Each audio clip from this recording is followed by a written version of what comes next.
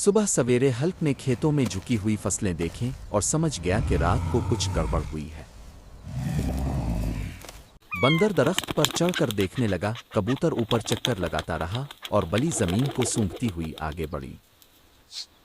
ٹوٹے ہوئے باغ اور مٹی پر بنے قدموں کے نشان دیکھ کر ہلک نے غور سے جائزہ لیا۔ ہلک نے گاؤں والوں کو بلایا اور سمجھایا کہ ہمیں جانوروں کو نقصان پہنچائے بغیر مسئلہ حل کرنا چاہیے۔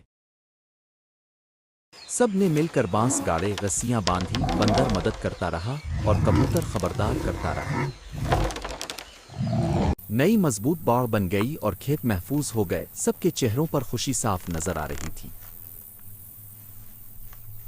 شام کو لوگ دودھ، پھل اور روٹیاں لے آئے اور ہلک کے گھر کے پاس چھوٹا سا جشن منایا گیا۔